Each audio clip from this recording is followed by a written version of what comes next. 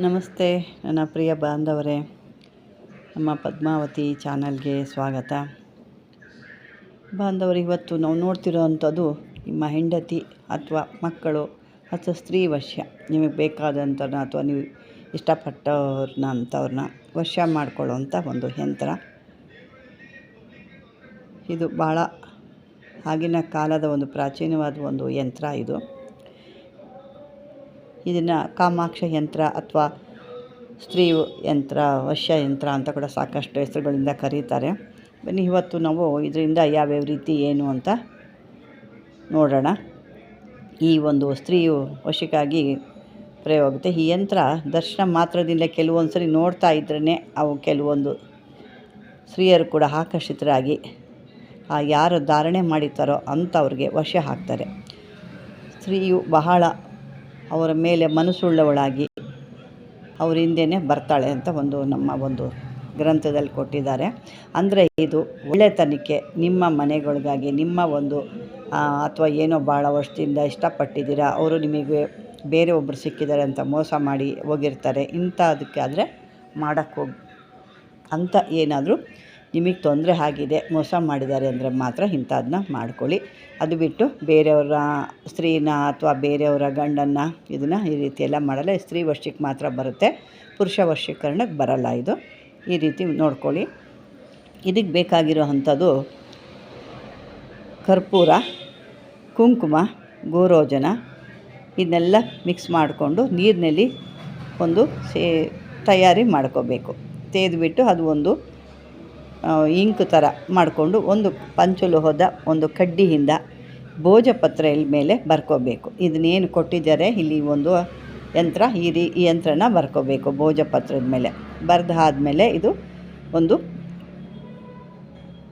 ಒಂದು ಭಕ್ತಿ ಶ್ರದ್ಧೆ ಒಂದು ಇದರಿಂದ ಮನಸ್ಸಿನಿಂದ ಇದನ್ನು ಗಂಧ, ಪುಷ್ಪ, ಈ ಒಂದು ಧೂಪ, ದೀಪ, ನೈವೇದ್ಯವೆಲ್ಲ ಇದಕ್ಕೆ ತೋರಿಸಿ ಒಂದು ಹಳದಿ ಬಟ್ಟೆ ಮೇಲೆ ಇದನ್ನು ಇಟ್ಕೊಂಡು ಈ ಯಂತ್ರನ ಬರಿಬೇಕು.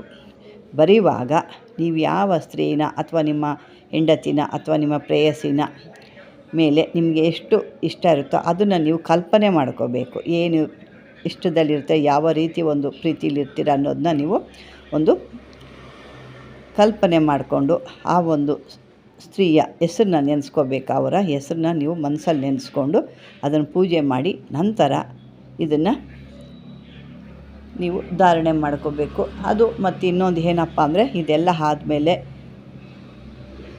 ಒಂದು ದೇವಸ್ಥಾನದಲ್ಲಿ ಹೋಗಿ ಆ ಒಂದು ಏನು ಪೂಜೆ ಮಾಡೋ ಪುರೋಹಿತರು ಏನಿರ್ತಾರೆ ಅವರ ಹೆಂಡತಿಗೆ ಏನಾದರೂ ಒಂದು ದಾನ ಕೊಡಬೇಕು. ಆ ದಾನ ಕೊಡೋ ಸಮಯದಲ್ಲಿ ಈ ಒಂದು ಮಂತ್ರನ ನೀವು ಮನಸ್ಸಿನಲ್ಲಿ ಹೇಳ್ಕೋಬೇಕಾಗತ್ತೆ. ಆ ಮಂತ್ರ ಬಂದು ಕಾಮಾಕ್ಷಿ ಪ್ರಿಯತಮ್ ಅಂತ ಹೇಳ್ಕೋಬೇಕು. ಮನಸ್ಸಿನಲ್ಲಿ ಜಪ ಮಾಡ್ತಾ ಇರಬೇಕು. ಅದು ಕೊಡ್ತಾ ಇರೋ ತನಕ ನೀವು ಆ ಮನಸ್ಸಲ್ಲಿ ಕಾಮಾಕ್ಷಿ ಪ್ರಿಯತಮ್ ಅಂತಲೇ ಹೇಳ್ಕೊಳ್ತಾ ಇರಬೇಕು, ಜಪ ಮಾಡ್ಕೊಳ್ತಾ ಇರಬೇಕು. ನಂತರ ಯಾವುದಾದ್ರು 3 ಜಾತಿ ಒಂದು ತಗಡು ಅಥವಾ ಒಂದು ಯಂತ್ರ, ಆ ಒಂದು ಯಂತ್ರದಲ್ಲಿ ಅದನ್ನು ತುಂಬಿಟ್ಟು ಧಾರಣೆ ಮಾಡ್ಕೋಬೇಕು. ಒಂದು ಯಂತ್ರ ಬರ್ಕೊಂತಿಲ್ಲ, ಆ ಥರ ತಾಯ್ತನೂ ಮಾಡಿಕೊಂಡು ಅದಕ್ಕೆ ಯಾವುದಾದ್ರೂ ಪರವಾಗಿಲ್ಲ, ಪಂಚಲೋಹದ ಆದರೂ ಪರವಾಗಿಲ್ಲ, ತಾಮ್ರದಾದರೂ ಪರವಾಗಿಲ್ಲ, ಆ ರೀತಿಯಲ್ಲಿ ಅದನ್ನು ಹಾಕಿ ಧಾರಣೆ ಮಾಡಿಕೊಂಡ್ರೆ ಆ ಮಾಡಿಕೊಂಡಿರೋವಂಥ ವ್ಯಕ್ತಿ ಮೇಲೆ ಆ ಒಂದು ಸ್ತ್ರೀಯ ವ್ಯಾಮೋಹ ಜಾಸ್ತಿ ಆಗುತ್ತೆ. ಅದೇ ರೀತಿ ಅಂದರೆ ಇದು ಒಳ್ಳೆ ರೀತಿಲಿ ಹೋದರೆ ಕೆಲಸ ಆಗುತ್ತೆ, ಕೆಟ್ಟದ ರೀತಿಲಿ ಹೋದರೆ ಯಾವುದೇ ರೀತಿ ಕೆಲಸ ಆಗಲ್ಲ. ಒಳ್ಳೆ ಮನಸ್ಸಿಂದ ನೋಡಿ, ಒಳ್ಳೆ ಮನಸ್ಸು, ನಿಮ್ಮ ಸಂಸಾರಗಳಿಗಾಗಿ ಅಥವಾ ನೀವು ಇಷ್ಟಪಟ್ಟೋವಂಥವ್ರಿಗಾಗಿ ಮಾಡಿ. ಅಂದರೆ ಅವ್ರಿಗೂ ನಿಮ್ಮ ಮೇಲೆ ಮನಸ್ಸಿರಬೇಕು. ಮೋಸ ಮಾಡಿ ಹೋಗಿರೋವಂಥವ್ರಿಗಾದರೆ ಮಾಡ್ಕೊಳ್ಳಿ, ತೊಂದರೆ ಇಲ್ಲ. ಆದರೆ ಬಲವಂತವಾಗಿದ್ದನ್ನೆಲ್ಲ ಮಾಡಿಕೊಂಡ್ರೆ ಯಾವುದೇ ರೀತಿ ಕೆಲಸ ಆಗಲ್ಲ. ಅದರಿಂದಲೇ ನಿಮಗೆ ಇದನ್ನ ಒತ್ತಿ ಹೇಳ್ತಾ, ಯಾಕಂದರೆ ನಂಗೆ ಸಾಕಷ್ಟು ಜನ ಹೇಳ್ತಾ ಇರ್ತಾರೆ ಬೇರೆ ಬೇರೆ ರೀತಿಯಲ್ಲಿ ಕೇಳ್ತಿರ್ತಾರೆ. ಅವರು ಮದುವೆ ಆಗಿರೋ ಹೆಣ್ಮಗಳು ನನಗೆ ವಶ ಆಗಬೇಕು, ಅಥವಾ ನನ್ನ ಹತ್ರ ಅವಳು ಗಂಡ ಇಲ್ಲ ಹಾಗಾಗಿ ನನ್ನ ಹತ್ರ ಅವಳು ಬರಬೇಕು, ಈ ರೀತಿಯೆಲ್ಲ ಕೇಳ್ತಾ ಇರ್ತಾರೆ. ಅದು ಎಲ್ಲ ತಪ್ಪು. ಅದು ಅವಳಿಗೂ ಸಂಸಾರ ಇರುತ್ತೆ. ಅವರು ಏನಾದರೂ ನಿಮ್ಮ ಮೇಲೆ ಇಷ್ಟಪಟ್ಟು ನನಗೆ ಯಾರೂ ದಿಕ್ಕಿಲ್ಲ, ನನಗೆ ಒಂದು ಜೀವನ ಕೊಡಿ ಅಥವಾ ಒಂದು ಬಾಳು ಕೊಡಿ ಅಂದರೆ ಅದಕ್ಕೆ ನೀವು ಬೇಕಾದ್ರೆ ಒಪ್ಕೋಬೋದು. ಅದು ಬಿಟ್ಟು ಅವಳೆಲ್ಲೋ ಬದುಕ್ತಾ ಇರೋಳನ್ನ ಅವಳು ಮಕ್ಕಳು ಮರಿ ಇರೋಳನ್ನ ನನಗೆ ವಶ ಮಾಡಿಕೊಡಿ ಅಂತ ಕೇಳ್ತೀರಾ. ಇದೆಲ್ಲ ತಪ್ಪು. ಇದನ್ನೆಲ್ಲ ಮಾಡಬಾರ್ದು. ನಿಮ್ಮ ಮನೆ ಹೆಣ್ಮಕ್ಳು ಕೂಡ ಒಂದು ರೀತಿ ಈ ಥರ ತೊಂದರೆ ಅನುಭವಿಸಿದಾಗ ಆವಾಗ ನಿಮಗೆ ಎಷ್ಟು ನೋವಾಗುತ್ತೋ ಅದೇ ರೀತಿ ಅವ್ರಿಗೂ ತೊಂದರೆ ಇರುತ್ತೆ. ಅವ್ರನ್ನ ಬದುಕಕ್ಕೆ ಬಿಡಿ ಅಂತ ಹೇಳ್ತೀನಿ ಇಷ್ಟೇ. ಇದರೆಲ್ಲ ತೊಂದರೆಗಳು ಬೇರೆಯವರು ಹೆಣ್ಣುಮಕ್ಳ ಪಕ್ಕದ ಮನೆಯವರು ಅಕ್ಕದ ಮನೆಯವರು ಅವ್ರನ್ನ ಇವ್ರನ್ನ ಯಾರೋ ಒಬ್ಬ ಗಂಡ ತೀರೋಗಿದ್ರೆ ಅವ್ರನ್ನ ಕೊನೆಗೆ ಏನಪ್ಪ ಅಂದರೆ ಮಗ ತೀರೋಗಿದ್ದಾನೆ ಸೊಸೆನ ಕೂಡ ನನಗೆ ವಶ ಮಾಡಿಕೊಡಿ ಅನ್ನೋ ಅಷ್ಟು ಕೆಳಮಟ್ಟದ ಜನ ಕೂಡ ಇದ್ದಾರೆ. ಅದು ನೆನೆಸ್ಕೊಂಡ್ರೆ ಅಸಹ್ಯ ಅನಿಸುತ್ತೆ ನಮಗೇನೆ. ಅವಳು ಮಗಳು ಸಮಾನ ಹಾಕ್ತಾಳೆ, ಆ ರೀತಿ ಇರುತ್ತೆ.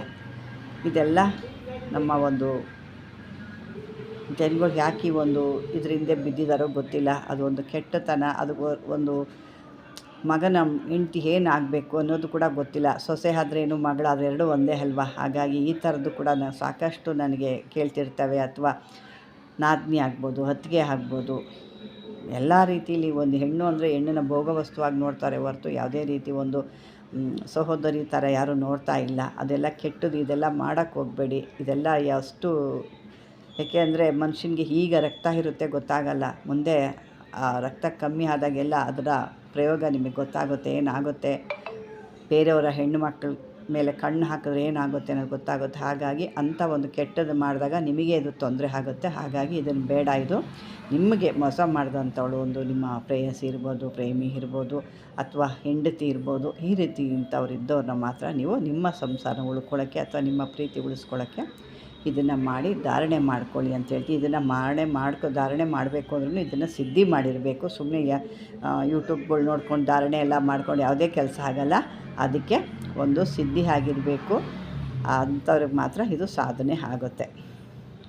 ಬಾಂಧವರೇ, ಇದುವರೆಗೂ ಇಂಥ ಒಂದು ಸ್ತ್ರೀ ವಶ ಯಂತ್ರ ಅಂತ ನೋಡಿದ್ರಿ. ಇದನ್ನು ಸರಿಯಾದ ರೀತಿಯಲ್ಲಿ ಇದನ್ನು ಯಾರು ಇದ್ದಾರೆ ಅದಕ್ಕೆ ಸಾಧಕರಾಗಿದೆ ಅಂಥವ್ರು ಮಾಡಿಕೊಟ್ರೆ ಇದು ಕೆಲಸ ಆಗುತ್ತೆ ಅಂತ ಹೇಳ್ತಾ, ಬಾಂಧವರು ಇದುವರೆಗೂ ನನ್ನ ವಿಡಿಯೋ ನಿಮಗೆ ಇಷ್ಟವಾಗಿದ್ದರೆ ಲೈಕ್ ಮಾಡಿ, ಶೇರ್ ಮಾಡಿ, ಸಬ್ಸ್ಕ್ರೈಬರ್ ಆಗಿ ಅಂತ ಹೇಳ್ತಾ ಧನ್ಯವಾದಗಳು.